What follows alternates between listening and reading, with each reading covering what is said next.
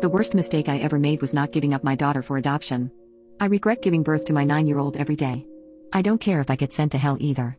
She is verbal and can be as sweet as a peach when she gets her way, but doing the hard work of parenting her correctly has been a nightmare. She was an unwanted pregnancy when I was a dumb 20-year-old.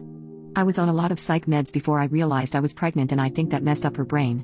I took Plan B perfectly as instructed the one time I had unprotected intimacy. I figured that would have been the end of that worry. I didn't realize I was pregnant until she was about 10 weeks gestation and immediately stopped taking my meds.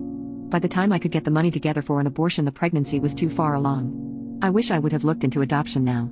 Her biological dad has never been in the picture. The first 5 years were pretty rough but manageable since I had my family's help and a super supportive husband.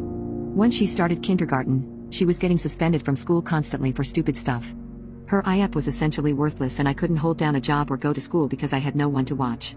At random times, I'd get called to take her home for 2 to 3 days at a time. So I did what I thought was best, and we packed up and moved out of state with her to a much more supportive area with better schools.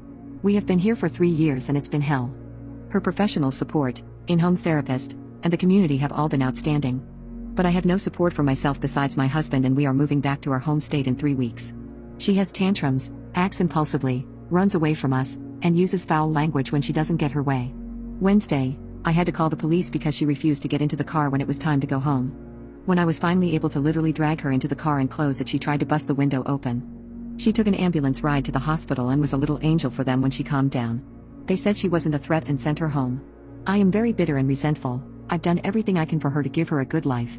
She has in-home specialists come to teach her coping skills 5 hours every week.